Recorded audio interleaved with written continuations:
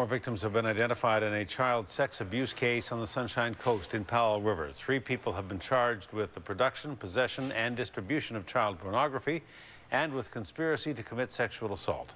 Initially, police said at least 3 children had been victimized, but that number has now increased.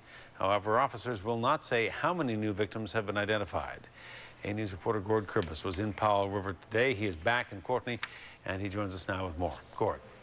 Well, Hudson, it's an investigation which has now been underway for more than 6 months and has now reached the point where RCMP are confirming today that there are multiple victims. They won't say exactly how many, nor will they confirm what the relationship is between those victims and the 3 people who are now facing the charges. RCMP are obviously trying to do their best to protect the identity of the victims as this case now enters the court system. As he enters court, Powell River's Crown prosecutor prepares to hear from 3 people making their first appearance on serious charges. Crown Counsel is proceeding with charges of possession, production, and distribution of child pornography, as well as conspiracy to commit sexual assault. The 3 accused, who can't be identified because of a publication ban, were arrested by RCMP in April. That came after police searched 2 homes and a vehicle in the community. Police are reluctant to say much more than that. Right now, what I can tell you is that we've been working very hard on this file. We continue to advance the investigation. The community has been very helpful in our efforts to do our job, and we're very appreciative of that. News of the original arrest stunned many in this community, but not Maxine Vanberbrandt. The fact that they're surfing, that didn't surprise me. The fact that they were producing, that surprised me. Vanberbrandt has set up across from the Powell River Courthouse, hoping to make the public aware of the dangers of child pornography. I know there are pedophiles in this town. There's a lot of things that go on in this town that people aren't aware of. Just because of some volunteer work that I did in the past, I know that.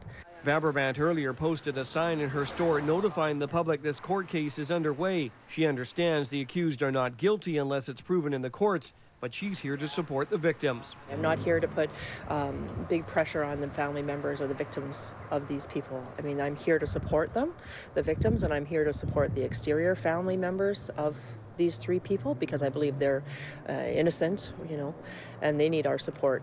The signs she's displaying both across from the courthouse and in her store have already been generating feedback, including from the spouse of someone involved in a court case several years ago. One woman was married to an abuser, a pedophile, and didn't know it. For her, I want to say to the public, don't harass the families of these people. She had death threats. She had people trying to run her off the roads. This was in Powell River quite a number of years ago. She knew nothing about her husband and what he was doing.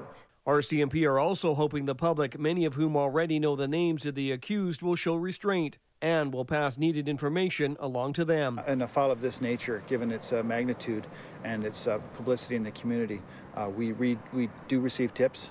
Each tip we do investigate thoroughly and then assess the impact it has on the file. The next court dates for the accused are on May 18th and June 22nd. Now, Hudson, I can tell you that while I was in Powell River today, I was approached more than once by members of the community who are willing to share information about the suspects and their insight into what was going on. None of that obviously can be shared because of the publication ban. But there was a comment made by one neighbor who told me that she had contacted the Ministry of Children's Services more than 2 years ago, and they never got back to her. She says if that's the case and they now know what's going on, she says it's perhaps the community of Powell River that played a role in letting these victims down. Hudson. All right, Gord Kurbis in Courtenay for us tonight. Gord, thank you.